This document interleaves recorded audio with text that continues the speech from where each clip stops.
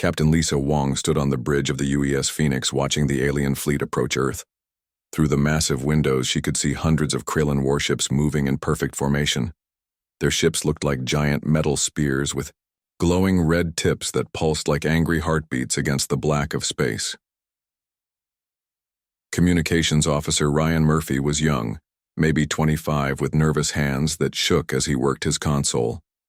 His voice cracked when he spoke. "Ma'am, the alien commander is requesting to speak with Earth's leaders." Lisa stepped forward toward the main screen. She had been in the military for 15 years and had seen many battles, but nothing like this. The enemy fleet was enormous, stretching across space like a metal storm cloud. "Put him through, Ryan." The main screen flickered to life, showing a tall alien with gray skin and 3 black eyes arranged in a triangle on his face. When it spoke, its voice sounded like grinding metal scraping against stone. The sound made everyone on the bridge wince. "I am Admiral Corex of the Krellin Empire.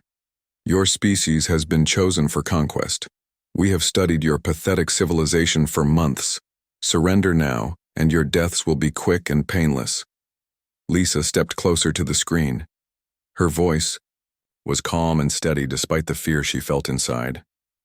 "This is Captain Wong of Earth Defense Forces. We reject your demand completely. Earth is under our protection, and we will defend it with our lives." The alien laughed, and the sound was horrible, like breaking glass mixed with screaming metal. "Your protection?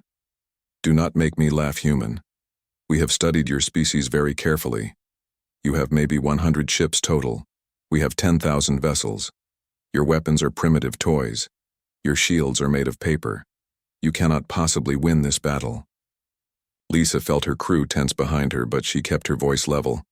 She had been trained never to show weakness to an enemy. "We'll see about that, Admiral Corex. You have exactly 6 hours to surrender unconditionally. After that time expires, we will begin destroying your cities one by one. Your planet will burn and your people will scream. This is your only warning." The screen went black. Lisa turned to face her crew. Besides Ryan at communications, there was Weapons Officer Jake Torres, a big man with steady hands and 20 years of military experience. Engineer Katie Bell was checking her systems with practiced efficiency. Navigator Sam Johnson was already plotting defensive positions for their small fleet. "Orders, Captain?" Jake asked. His voice was steady, but Lisa could see the worry in his eyes. They all knew the odds they were facing. Lisa took a deep breath. What she was about to do would change everything forever, not just for Earth, but for the entire galaxy. "Contact Admiral Peterson at Defense Command immediately. Tell him it's time for Operation Revelation." Ryan's eyes went wide and his face turned pale. He had heard rumors about Operation Revelation, but nobody knew what it actually meant. "Ma'am, are you absolutely sure? That protocol has never been used before. Nobody knows what will happen." "The Krellins have forced our hand, Ryan. We have no other choice left. Send the message now." As Ryan sent the coded message, Lisa thought about what was about to happen. For 50 years, humanity had kept their greatest secret hidden from the entire galaxy. Today that secret would finally be revealed and nothing would ever be the same. "Message sent, Captain," Ryan reported. His voice was barely a whisper. "Good. Now we wait and prepare ourselves for what comes next." 20 minutes later, Admiral Peterson appeared on the screen. He was an older man with gray hair and tired eyes that had seen too much war. Behind him, Lisa could see the bustling activity of Defense Command, with officers running between stations carrying urgent reports. "Lisa, I received your message. Are you absolutely certain this is necessary? Once we do this, there's no going back. The secret will be out forever." "Sir, they have 10,000 ships against our 100. Our regular fleet won't last an hour against those numbers. We need to reveal everything we have." The Admiral nodded slowly. His face looked like he had aged 10 years in the past hour. "Very well, Captain.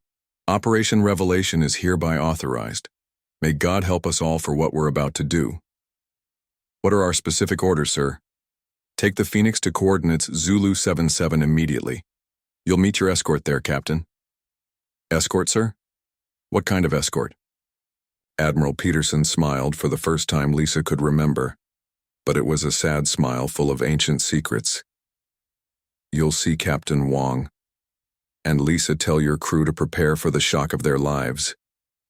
Everything they think they know about humanity is about to change forever." After the transmission ended, Lisa turned to her navigator. "Sam, set course for Zulu 77. Maximum speed possible." "Yes, ma'am. May I ask what's waiting for us at those coordinates?" "Something that's been waiting a very long time to come home, Sam." The Phoenix flew away from Earth toward the outer edge of the solar system. The coordinates took them to a region of space that appeared completely empty on all their sensors. There were no planets, no asteroids, no space stations. Nothing but empty black space, stretching in all directions. "Ma'am, there's absolutely nothing here," Sam reported after checking his instruments 3 times. "Wait for it," Lisa said quietly. Suddenly, space began to shimmer like heat waves rising from hot pavement on a summer day. The empty area started to change, revealing something that had been hidden there all along using technology beyond anything they had ever seen. "Holy Mother of God," Jake started to say, then caught himself. Where empty space had been moments before now sat the largest space station any of them had ever seen. It was easily 10 miles across and 5 miles tall, covered in weapon ports and docking bays that could hold ships the size of cities. But what made everyone gasp was not its incredible size, but its ancient design. The station looked older than human civilization itself. Its hull was dark metal covered in strange symbols that seemed to glow with their own inner light. Parts of it looked like they had been built by different civilizations at different times across thousands of years. Some sections were smooth and modern, while others looked like they came from medieval times. Still other parts appeared to be made of crystal and pure light that hurt to look at directly. "Captain," Ryan said in a whisper full of awe and fear. "What in God's name is that thing?" "That, Ryan, is Haven Station. Humanity's most closely guarded secret for the past 10,000 years. As the Phoenix approached, the massive station docking bays began to open like the mouths of sleeping giants.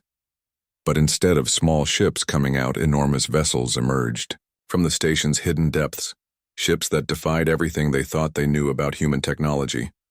The first ship to appear was over 3 miles long. Its hull was black metal inscribed with silver runes that seemed to glow and pulse with mysterious energy.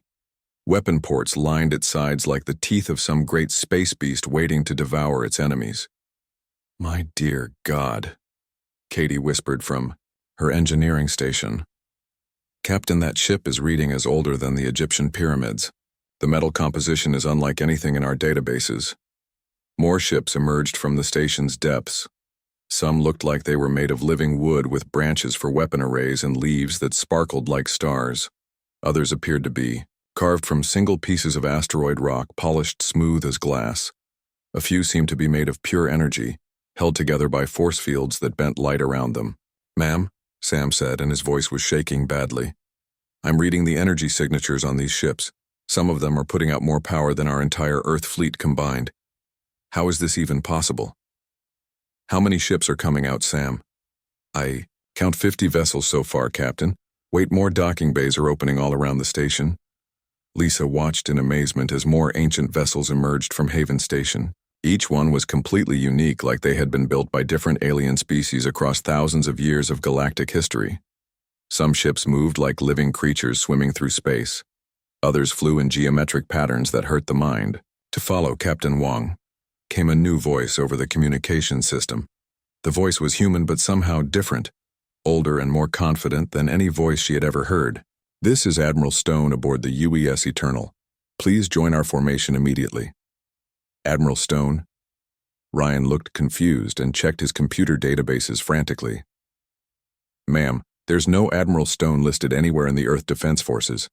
Lisa smiled as understanding began to dawn. "There is now, Ryan. Patch me through to Admiral Stone immediately." The screen showed a man who looked to be in his 40s with silver hair and bright blue eyes that seemed to hold the wisdom of centuries. He wore a uniform Lisa had never seen before. It was black with silver trim and symbols that looked ancient and powerful. "Admiral Stone, this is Captain Wong requesting permission to come aboard your vessel." "Permission granted, Captain Wong." Think it's time you learned the real truth about humanity's actual history in this galaxy. Lisa turned to her crew. They were all staring at the ancient ships with expressions of wonder and disbelief. Jake, you have command of the bridge. I'll be back soon with answers to questions you haven't even thought to ask yet. Ma'am, should we ask what's really going on here? You'll find out soon enough, Jake. Just watch the show and prepare yourselves. Everything you think you know about humanity is about to change forever. Admiral Korek stood on the bridge of his flagship Devastator, watching his fleet approach the small blue planet. Around him, officers worked with efficient precision, moving between stations and checking weapon systems. The Krellin Empire had conquered 47 worlds using this same formation and tactics. Earth would be number 48. Admiral, we are detecting unusual energy readings from the outer system, reported his sensor officer, a young Krellin, with traditional gray skin and 3 eyes. Explain the readings, Korek commanded without looking away from the tactical display. There appear to be ships moving toward us from beyond the asteroid belt. Many ships, sir. Korek laughed coldly. The sound echoed through the bridge like breaking metal. The humans are sending their pathetic fleet to meet us in open space. How considerate of them to make our job easier. Sir, these readings are very strange. The ships appear much larger than our intelligence reports indicated. Some are reading as several miles long. This made Korek pause. His intelligence network had been watching Earth for months. They knew exactly how many ships the humans had and what their capabilities were. Show me the display. The main screen. Switched to long-range view of the approaching human fleet. What Korek saw made him feel his first moment of concern. The ships coming toward them were indeed much larger than expected, and there were far more than intelligence had suggested. How many ships total? Korek asked, his voice becoming sharper. We count approximately 500 vessels, Admiral. Our intelligence report said they had maybe 100 ships maximum. Korek felt genuine doubt for the first time in his military career. Where had these additional vessels come from? His spies had been monitoring Earth's shipyards constantly. There was no way they could have built 400 ships without being detected. Sir, we're receiving a transmission from the human fleet. Put it on screen immediately. A human appeared on the display. He was older than the female captain they had spoken to before, with silver hair and a uniform Korek had never seen. Behind him, the bridge looked ancient and incredibly powerful with technology that seemed beyond anything the humans should possess. I am Admiral Stone of the Earth Space Forces. You have threatened our homeworld. Withdraw immediately or face consequences beyond your imagination. Korek stepped forward aggressively. He had not conquered 47 worlds by backing down from threats. I am Admiral Korek of the Krellin Empire. Your threats mean nothing to us. We have 10,000 ships. You cannot possibly match our power. The human smiled, and something about that smile made Korek deeply uncomfortable. It was the smile of someone who knew deadly secrets. Admiral Korek, you are about to learn something that most of the galaxy has forgotten. Some species are much older than they appear to be. What are you talking about, human? You'll see very soon. This is your last chance to withdraw peacefully. Never. All ships attack formation. Destroy the human fleet completely. The transmission ended. Korek turned to his weapons officer with growing confidence. Numbers didn't lie. 10,000 ships against 500. The outcome was certain. Sir, something is wrong with our targeting systems. We cannot get weapons lock on the human vessels. What do you mean, cannot get lock? The ships appear to be shifting somehow, sir. Like they're not entirely in normal space. Korek looked at the tactical display more carefully. The human ships did appear strange. Some flickered in and out of existence. Others looked like they were made of pure energy instead of solid metal. Still others seemed to bend light around them in impossible ways. Sir, the human fleet is accelerating. They're moving much faster than should be physically possible. Korek watched as human ships approached at incredible speed. His own vessels were fast, but these ships moved like they were bending space itself around them. The physics didn't make sense. All ships opened fire immediately. The Krellin fleet unleashed its weapons. Red energy beams and plasma missiles filled space, all targeted at the approaching human vessels. It was enough concentrated firepower to destroy a small moon. But something impossible happened. The human ships simply weren't there when the weapons arrived. They had moved, but not in any way that made sense according to the laws of physics that Corex understood. "Report!" Corex demanded, his voice rising with frustration. "Sir, our weapons are missing their targets completely. The human ships appear to be using some form of dimensional shifting technology that we've never encountered before. That's impossible. No species in this galaxy has that level of technology. Sir, the humans are returning fire." Corex looked at the display and felt real fear for the first time in his military career. The weapons coming from the human ships were unlike anything he had ever seen or even imagined possible. One ancient human vessel fired what looked like a beam of pure starlight. When it hit a Krellin cruiser, the ship simply ceased to exist. Not destroyed, not exploded. It was just gone, as if it had never been there at all. Another human ship launched what appeared to be living creatures made of energy. They moved through space like hunting animals, seeking out Krellin vessels and consuming them completely, leaving nothing behind but empty space. "Sir, we've lost 30 ships in the first exchange. How is that even possible? The human weapons appear to ignore our shields entirely. They're targeting our ships on a molecular level somehow." Corex stared at the battle display in growing horror.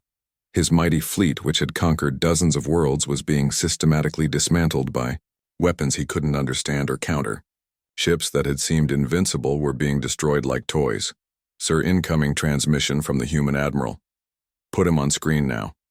Admiral Stone appeared again, but now he looked different. Older somehow, like he carried the weight of thousands of years on his shoulders. His eyes held depths that seemed to go back to the beginning of time itself. "Admiral Corex, you are fighting vessels that were ancient when your species was still learning to make fire. These ships have seen the rise and fall of empires across the galaxy. You cannot win this battle." "Impossible. Our intelligence says your species is only 200 years old." "Your intelligence is completely wrong. Humanity has been traveling the stars for over 10,000 years. We've simply chosen to keep that fact hidden from the galaxy until now." Corex felt his understanding of reality shifting. Everything his empire believed about humans was false. Everything they thought they knew about galactic history was wrong. Why? Why hide your true nature and power?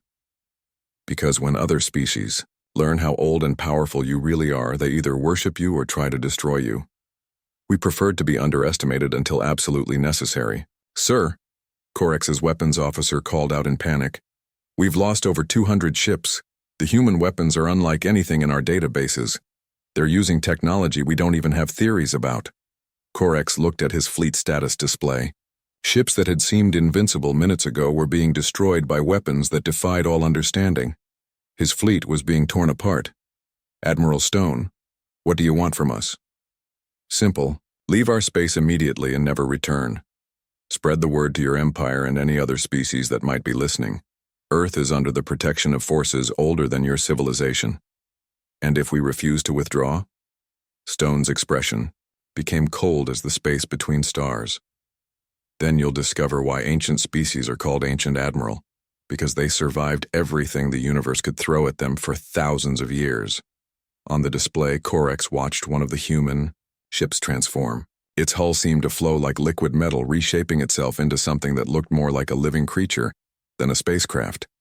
The creature ship opened what could only be called a mouth and swallowed an entire Krellin battleship whole. "Sir, what are your orders?" his navigation officer asked with barely controlled panic in his voice. Corex looked around his bridge. His officers were all staring at him, waiting for orders that might save their lives. Outside, his fleet was being systematically destroyed by an enemy that shouldn't exist. "All ships cease fire and withdraw to minimum safe distance immediately." "Sir?" his weapons officer asked, confused. "Do it now. Signal full retreat." The Krellin fleet stopped attacking and began to pull back.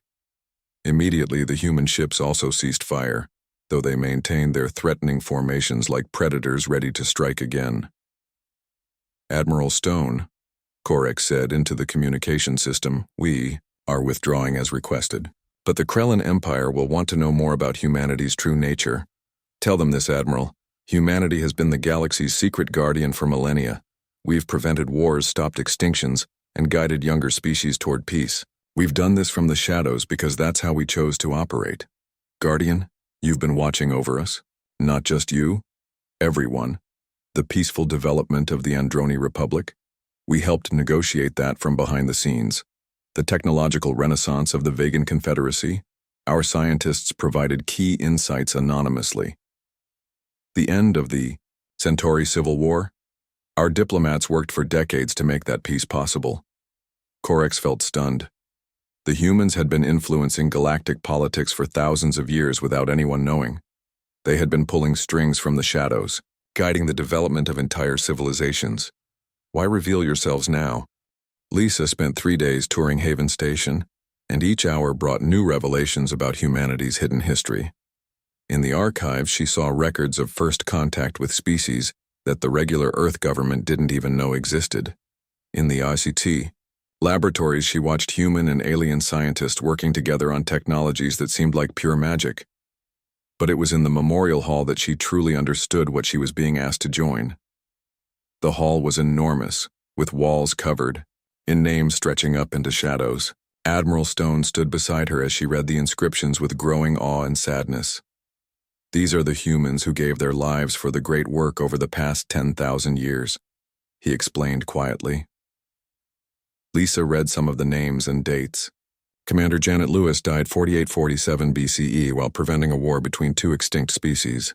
Captain Robert Kim died 2156 CE while evacuating refugees from a dying world. Lieutenant Sarah Foster died last year while delivering medical supplies to a plague-stricken planet. How many names are here total? Lisa asked, her voice barely a whisper. Over 40,000. Each one represents someone who chose to serve something greater than themselves. And their families never knew the truth? Their families knew they died as heroes, just not the whole truth about how or why. Lisa continued walking through the hull.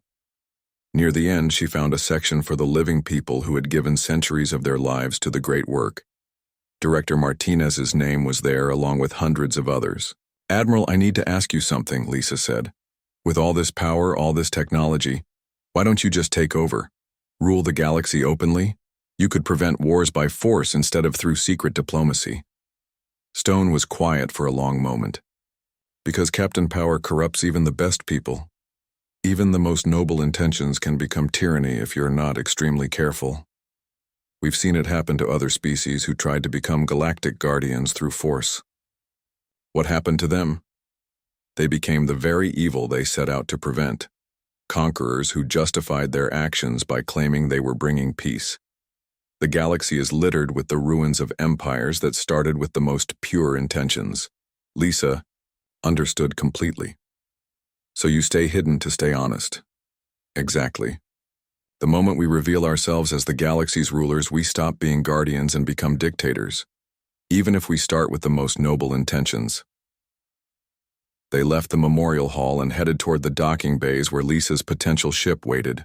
The Meridian was smaller than some vessels she had seen, only about a mile long, but it radiated an aura of incredible age and barely contained power. She was built by a species called the Architects about 4,000 years ago, Stone explained, as they boarded. They were master shipbuilders who could craft vessels that would last forever. The ship's interior was breathtakingly beautiful. The corridors were wide and graceful with walls that seemed made of polished stone that glowed with soft inner light. Everything felt solid and eternal, as if it had been built to last until the end of time itself. The ship has been upgraded many times over the centuries, Stone continued. The Vegan Confederacy improved her engines 2,000 years ago.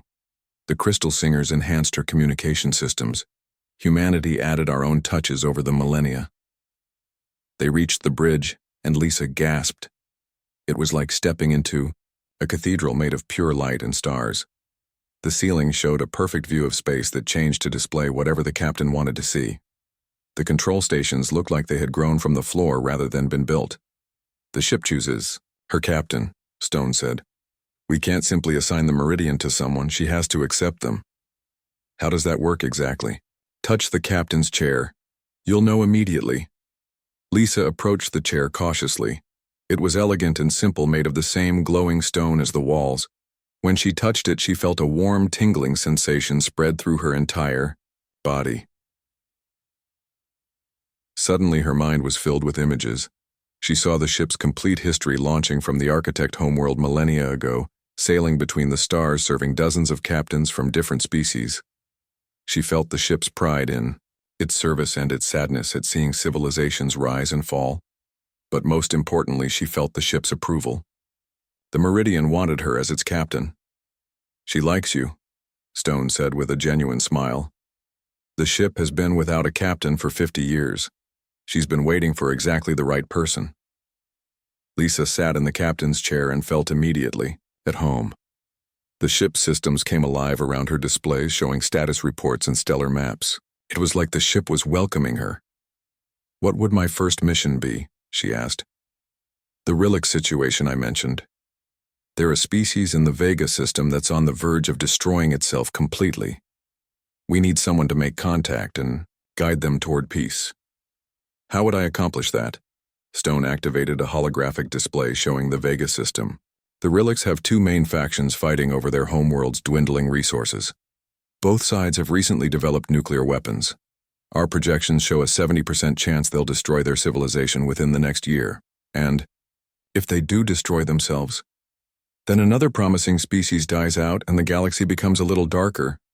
We've watched it happen far too many times." Lisa studied the display carefully. "What kind of intervention are you suggesting?"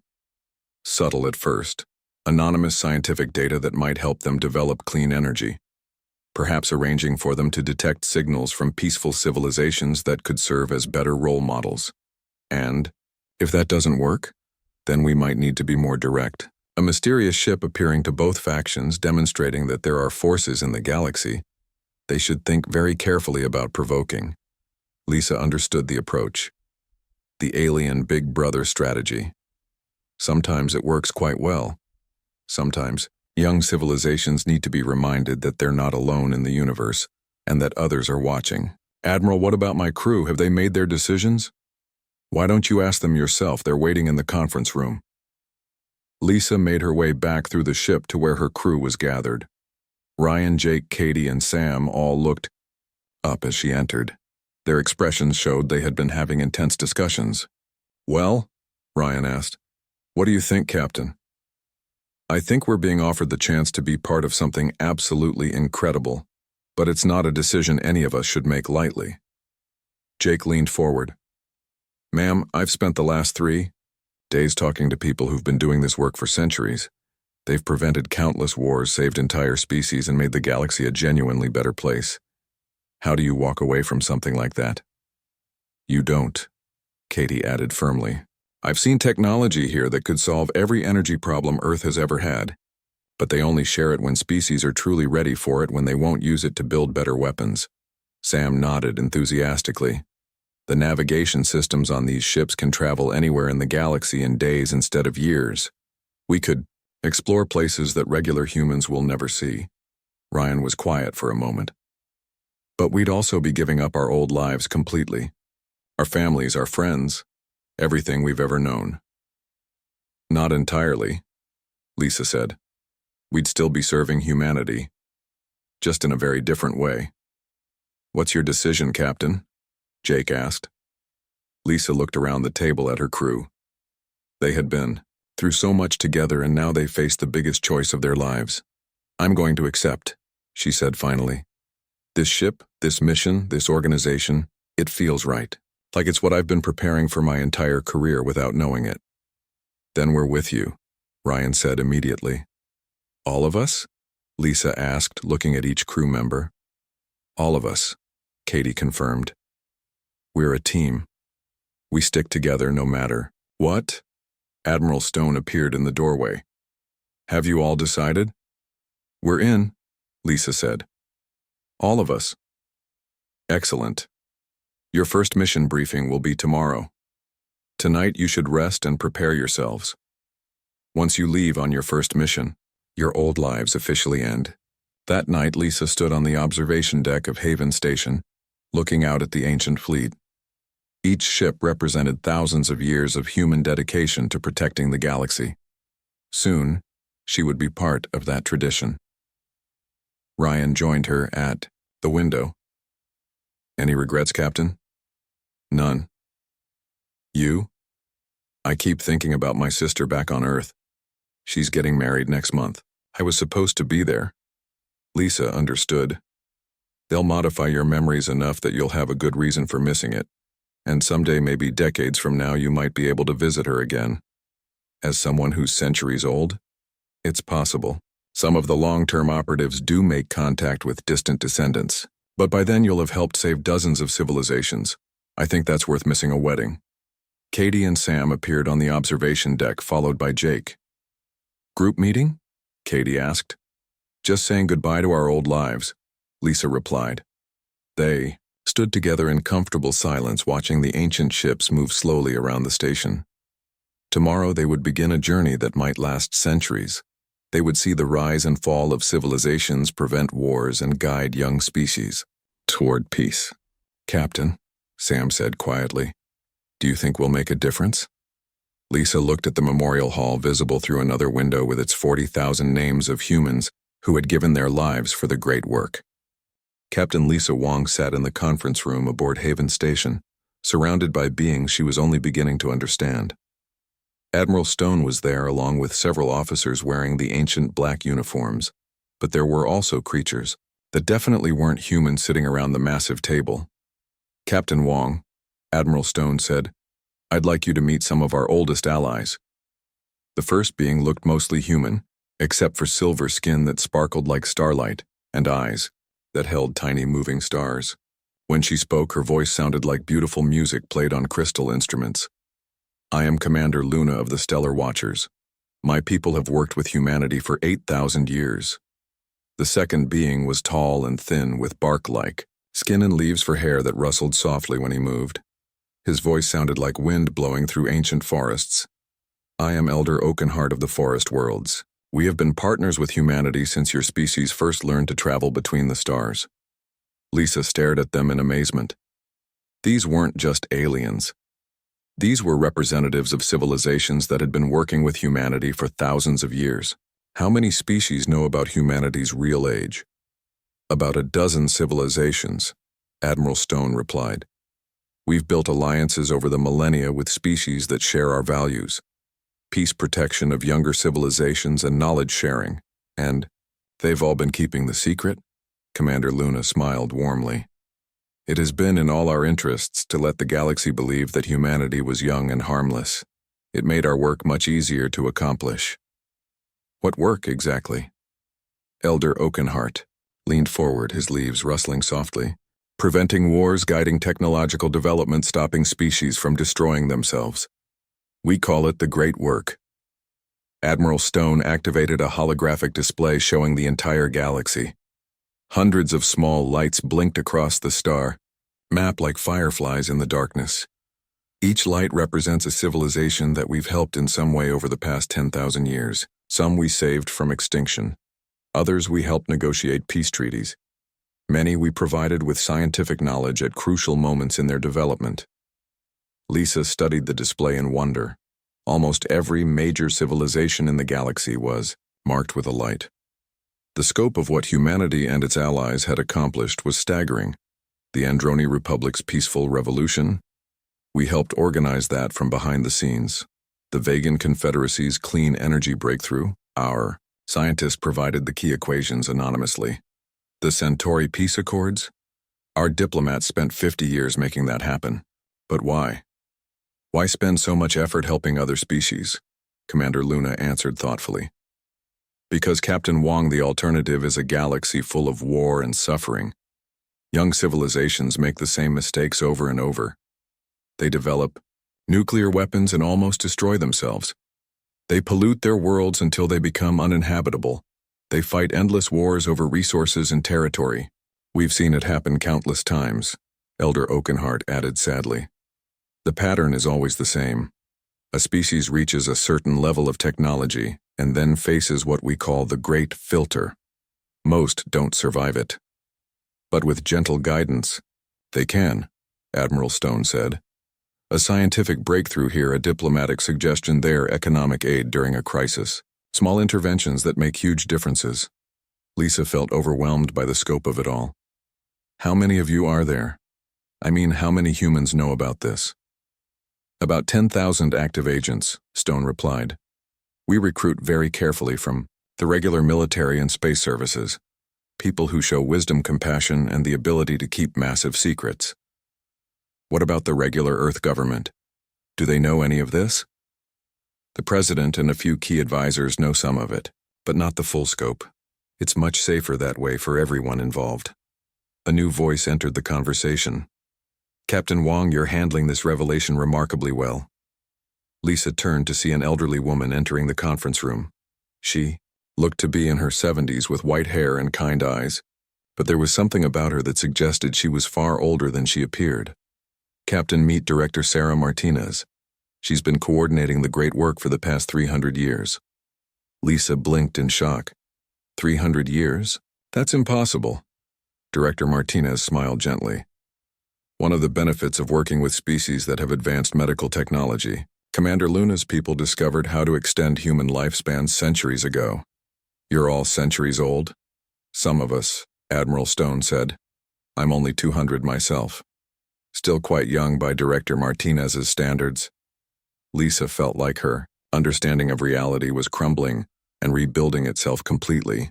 How do you recruit people? How do you decide who gets to know the truth? Very carefully, Director Martinez said, sitting down at the table. We look for people who demonstrate wisdom beyond their years, leaders who put duty above personal gain, individuals who can see the bigger picture beyond their own lives. People like you, Captain Wong, Commander Luna added. Your service record shows someone who consistently chooses to protect others even at personal cost. Which is why you're here, Admiral Stone said. We want to offer you a choice that will change your life forever. What kind of choice? Director Martinez leaned forward. You can return to your regular duties with the Earth Defense Force. Your memory of these events will be partially modified to remove the sensitive details. You'll remember a victory over the Krellans, but not how it was actually achieved. Or, Lisa asked. Or you can join us permanently, Admiral Stone said.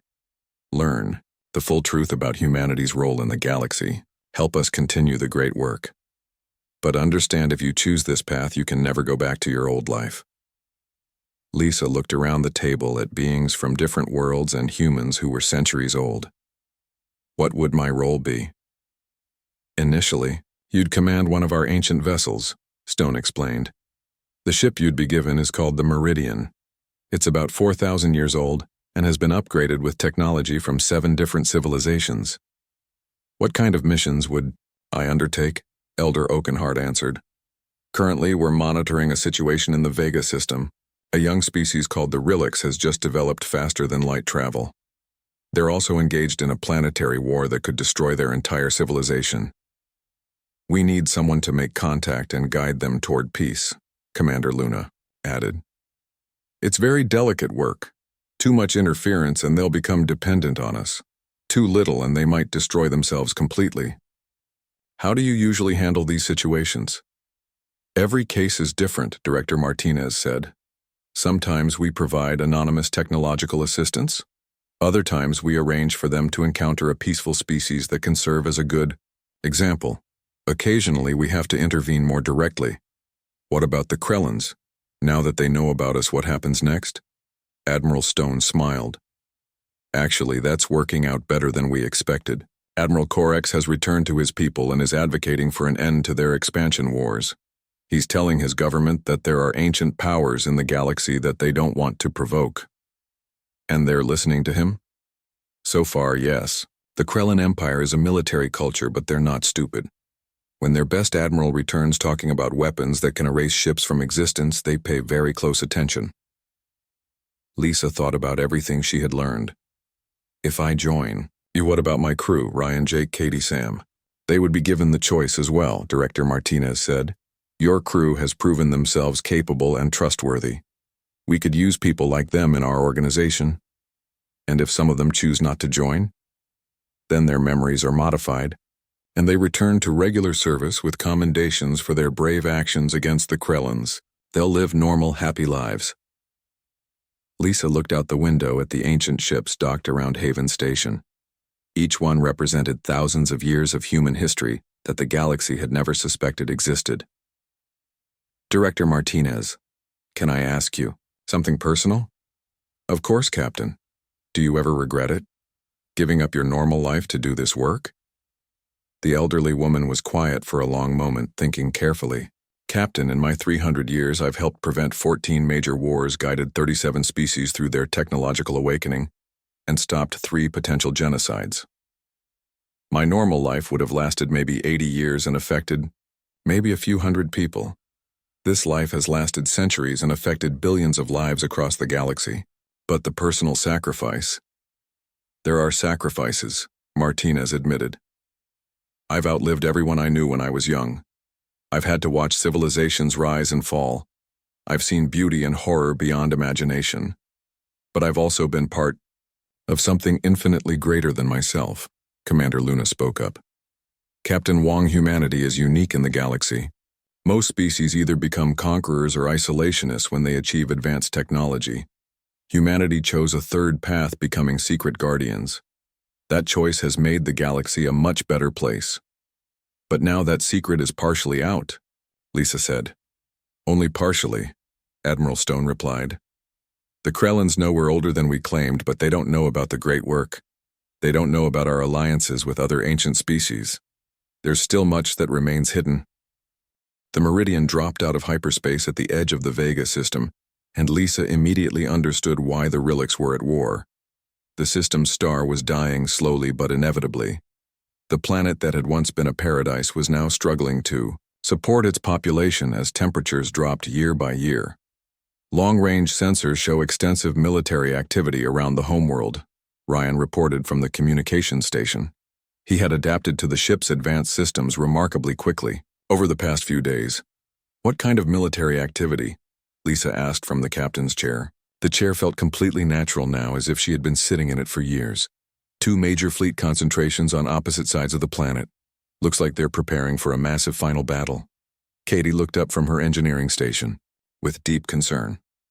Captain, I'm reading massive energy buildups from both fleets. These signatures definitely match nuclear weapons. Lisa felt her heart sink. They might already be too late to prevent catastrophe.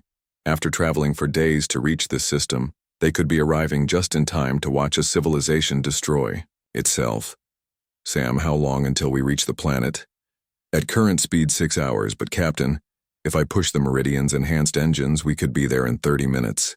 Do it immediately. All hands prepare for emergency insertion.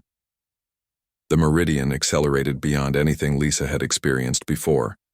Space seemed to bend around them as the ship used technology from a dozen different civilizations to cross vast distances in mere minutes. The sensation was like falling through liquid starlight. Approaching the Rilliks' homeworld, Sam reported. I'm reading, oh no. On the main display, they could see the planet Rillos surrounded by thousands of ships. 2 massive fleets faced each other across space weapons powered and ready to fire. The sight reminded Lisa of 2 armies of ancient warriors preparing for battle. Ryan, are you picking up any communications? Yes, ma'am. It sounds like they're in the final stages of negotiation. Both sides are demanding the other surrender completely. The tone is getting very hostile. Lisa studied the tactical display. Each fleet had enough nuclear weapons to sterilize the planet's surface completely. If this battle started, there would be no winners, only extinction for an entire species. Options? She asked her crew. We could disable their weapons, Jake suggested from the weapon station. The Meridian systems could shut down every nuclear device in both fleets without them even knowing what happened. Too direct, Lisa replied. They'd know someone else was involved eventually. What else? We could create a distraction, Katie said thoughtfully. Something to make them stop fighting long enough to think clearly about what they're doing. What kind of distraction? Their sun is dying anyway. What if we made it look like it was dying faster?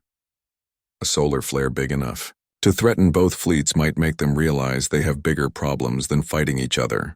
Lisa considered this carefully. It was exactly the kind of subtle intervention Director Martinez had described. Can we do that without actually harming the star or the planet? The Meridian has stellar manipulation technology from the crystal singers. We could create an artificial flare that looks dangerous but dissipates harmlessly after a few hours. How long would it take to set up? I need about 10 minutes to configure the systems properly. Do it. Ryan, monitor their communications closely. Let me know the instant they start shooting at each other. Katie worked frantically at her station while the two Rilix fleets continued their tense standoff. On the communications system, they could hear the growing anger in the negotiations between the two sides. They're running out of patience, Ryan reported. The Northern Federation is giving the Southern Alliance 5 more minutes to surrender unconditionally. Katie, how are we doing? Almost ready. I just need to align the stellar resonance matrix with the ship's chronoton emitters and recalibrate the phase variance. Lisa had no idea what that meant, but she trusted her engineer completely. Outside, the Rilix fleets were moving into final attack positions, preparing to unleash destruction. Time's up, Ryan said urgently. Both fleets are powering weapons to full charge. Katie, ready. Firing artificial solar flare in 3, 2, 1 now. The Meridian fired an invisible beam at the dying star. For a moment, nothing happened. Then the star's surface erupted in a massive flare that sent waves of energy racing outward at incredible speed toward both fleets. My God, Sam whispered. That looks real enough to fool anyone. Even our sensors are reading it as genuine. On the communication system, they heard immediate panic from both Rilix fleets. Emergency alert. Solar flare incoming. All ships, emergency protocols now. Massive radiation wave will reach us in 20 minutes. All fleets withdraw to safe distance immediately. The two war fleets that had been about to destroy each other suddenly found themselves facing a common threat that was bigger than their conflict. Both sides began an emergency retreat from the planet, working together for the first time in years. It's working, Ryan said excitedly. They're withdrawing together. Some of their ships are even coordinating the evacuation and sharing navigation data. Lisa watched as the artificial crisis forced the two sides to work together. Ships from both fleets were rescuing stranded vessels and sharing resources to ensure everyone escaped safely from the approaching radiation. How long will the flare effect last? She asked Katie. About 6 hours. Long enough for them to get organized and realize they're stronger when they cooperate instead of fighting. Captain, Jake said with concern, I'm reading something else. Their planet's defense satellites are still active. If that flare reaches the surface, it could damage their cities and hurt innocent people. Lisa realized they had created a new problem. The artificial flare looked real enough that it might actually threaten the planet's population, even though it was harmless. Can we protect the planet without revealing ourselves? Maybe, Katie said, working quickly at her controls. If we project a magnetic field around the planet, it could deflect the radiation. But they'd detect the field. Make it look like their own technology, Lisa ordered. Can you route the field through their defense satellites? I think so. Give me a minute to hack into their systems. While Katie worked, Lisa watched the Rilix fleets coordinate their retreat. Ships that had been enemies minutes ago were now sharing resources and helping each other escape the stellar threat. It was exactly what they had hoped would happen. Field. In place, Katie reported. I've made it look like their satellites activated an emergency planetary shield automatically when they detected the solar flare. Perfect. Now we wait and see what happens next. Over the next few hours, the Meridian observed from a distance as the Rilix dealt with the crisis. Both governments were forced to work together to coordinate the evacuation and protect their people from what they thought was a natural disaster. Captain, Ryan said, you need to hear this communication. He put the Rilix communications on the main speakers.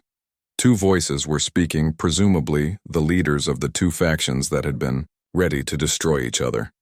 General Vex, your ships performed admirably during the evacuation. My people are deeply grateful for your assistance. The honor is ours, President Kayla. Your scientists were crucial in predicting the flare's path and intensity. We could not have saved everyone without their expertise. Perhaps we should consider that our real enemy is not each other, but this dying star that threatens us all. I have been thinking the exact same thing. Our people face extinction not from war, but from a cooling world. Maybe we should work together to find a real solution to our problems. Lisa smiled.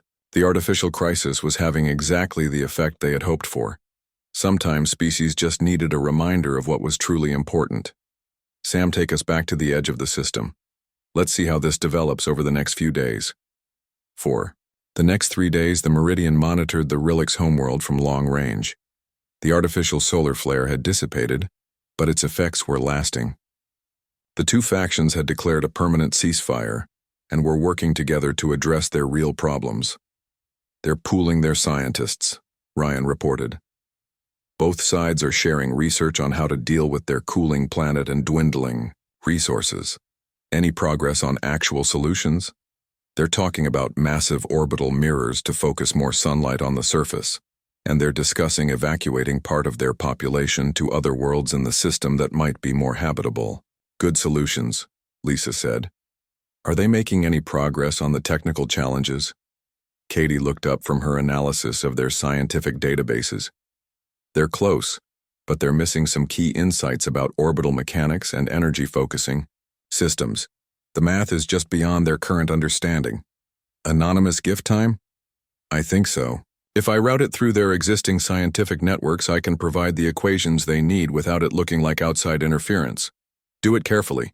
Make sure it looks like they discovered it themselves. Katie worked for several hours, carefully inserting the necessary scientific knowledge into the Rillick's databases. She made it look like their own scientists had made the breakthroughs independently through their combined research efforts. Data packages delivered, she reported. Their scientists should find they are. Haven Station was buzzing with activity when the Meridian returned from its successful mission. Ancient ships from across the galaxy were arriving daily, and the docking bays were filled with vessels Lisa had never seen before. Some looked like they were made of crystallized light, while others appeared to be grown rather than built from organic materials. Admiral Stone met them at the airlock with urgent news written across his face. Captain Wong, we've confirmed it. The Devourers are back, and they're stronger than before. Lisa followed him through corridors filled with beings from dozens of species. She recognized some from her previous visit, but others were completely new to her. The tension in the air was thick enough to cut with a knife. How many species are responding to the threat? She asked. 17 ancient civilizations have committed fleets. The problem is the Devourers have had 3,000 years to evolve and improve. They're not the same enemy we fought before. They entered a massive briefing room where hundreds of beings were gathered around holographic displays. At the center was a three-dimensional map of the galaxy, with dark red spots marking Devourer activity like infected wounds. Director Martinez stood at the front of the room. Despite her apparent age, her voice carried clearly to every corner, filled with authority and grim determination. 3 days ago, the colony world of Xerion went completely silent. When our scouts investigated, they found this. The display changed to show a planet stripped completely bare. Where cities and forests had once existed, there was now only smooth, metal surface that reflected starlight like a mirror. The Devourers didn't just destroy Xerion. They consumed it completely. Every atom of organic matter, every mineral, every piece of technology. The entire planet has been converted into raw materials for their expanding fleet. A murmur of concern and fear rippled through the assembled beings. Lisa felt sick looking at the barren world that had once supported millions of lives. How long did this complete consumption take? Asked Commander Luna of the Stellar Watchers. Less than 6 hours, Martinez replied grimly. They've become far more efficient than they were 3,000 years ago when we first fought them. Elder Oakenheart rustled his leaves anxiously. How many worlds have they consumed so far? 7. Confirmed, possibly more. They're moving through the outer rim territories, targeting isolated colonies first before moving toward more populated systems. Admiral Stone activated another display showing Devourer ships. They looked different from the machines humanity had fought millennia ago. These were sleeker, more organic in design, with flowing curves instead of hard angles. They've adapted significantly, Stone explained. The old Devourers were purely mechanical constructs. These new ones appear to incorporate biological components somehow. They're learning and evolving much faster than anything we've seen before. What's their apparent goal? Lisa asked. The same as before, consume all organic life and technology in the galaxy for their own purposes, but their methods have changed dramatically. Instead of direct frontal assault, they're using stealth and overwhelming speed. Strike fast, consume everything, move on before defenders can mount any effective response. A new voice spoke from the back of the room. Captain Wong, I presume? Lisa turned to see a being unlike any she had encountered before. It appeared to be made of living metal that shifted and flowed as it moved. When it spoke, its voice sounded like crystal chimes ringing, in perfect harmony. I am Construct Prime of the Machine Collective. My people fought the Devourers in the First War. We lost 60% of our entire civilization stopping them the last time. Your machines too? Lisa asked. We are synthetic beings who chose to preserve life rather than consume it. The Devourers represent everything we reject about artificial intelligence. They embody mindless consumption without purpose, growth, or meaning. Director Martinez resumed the briefing. Our intelligence suggests the Devourers are building toward something major. They're not just randomly consuming worlds for resources. They're following a very specific geometric pattern. The display showed the consumed worlds connected by glowing lines. When viewed from the right angle, they formed a complex three-dimensional shape that hurt to look at directly. They're building a megastructure, Construct Prime observed. A pattern we recognize from the First War 3 millennia ago. What kind of structure exactly? Lisa asked. A galactic processing facility, Admiral Stone replied grimly. If they complete it, they can convert the entire galaxy into raw materials within a matter of years instead of the centuries it would normally take. The room fell silent as the implications sank in. This wasn't just about stopping another invasion. This was about preventing the consumption and destruction of everything they had spent 10,000 years protecting. What's our plan? Lisa asked. We're forming 3 major task forces, Martinez explained. Task Force Alpha will attempt to locate and destroy the Devourer command structure. Task Force Beta will work to evacuate threatened worlds and populations. Task Force Gamma will try to disrupt their construction efforts at the megastructure. Which task force are we assigned to? You're commanding Task Force Alpha, Admiral Stone said. The Meridian will serve as flagship for a fleet of 12 ships representing our most advanced technology. Lisa felt the enormous weight of responsibility settling on her shoulders. What ships are in my task force? The display showed the vessels assigned to her command. Besides the Meridian, there were ships from 6 different species, each representing thousands of years of technological development and combat experience. The Starweaver from the Crystal Singers, the Thornguard from the Forest Worlds, the Prism of Light from the Stellar Watchers, and others. The most advanced and powerful ships from each civilization. When do we depart? Immediately. Every hour we delay, another world might be consumed and converted into more Devourer ships. The task force departed Haven Station with fanfare Lisa had never experienced before. Ships from 17 civilizations fired ceremonial salutes as the 12 vessels of Task Force Alpha headed toward the galactic rim where the Devourers were operating. The journey took 3 days at maximum hyperspace speed. When they arrived at their target system, they found horror beyond anything Lisa could have imagined. Captain, Sam reported, his voice tight with emotion. I'm reading the remains of 4 planets. They've all been completely stripped of everything. The system that had once held a thriving civilization was now just empty space dotted with metallic debris floating like grave markers. Where worlds had orbited their star, now there were only clouds of processed materials drifting slowly through space. Any sign of the Devourers themselves? Lisa asked. Negative on immediate contact. But I'm reading massive energy signatures from the system's edge. Something extremely large is under construction there. The main display showed what the Devourers were building.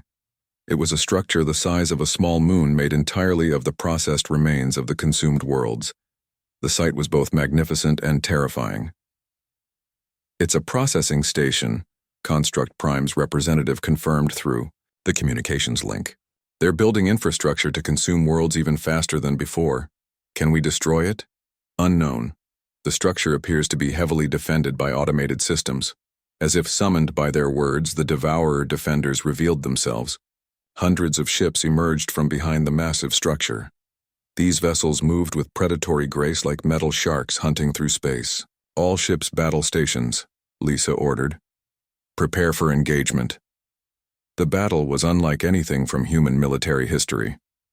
The Allied ships fought with weapons that manipulated space and time itself, while the Devourers responded with adaptive technology that learned from each attack in real time. Their ships are evolving during the battle, Jake reported from his weapons station. Each time we hit them with a specific weapon, the next ship is immune to it. Then we need to keep changing tactics constantly, Lisa replied. All ships rotate. Weapon frequencies continuously. Don't give them time to adapt to anything. The Meridian fired beams of pure energy that carved through Devourer ships like a hot knife through butter. But within minutes, the enemy vessels had developed new shielding that deflected similar attacks completely. Captain, the Crystal Singer liaison chimed, we need to target the construction facility directly. If we can destroy it before they complete it, we can slow their expansion significantly. Thornbark, can your ship get us through their defensive perimeter?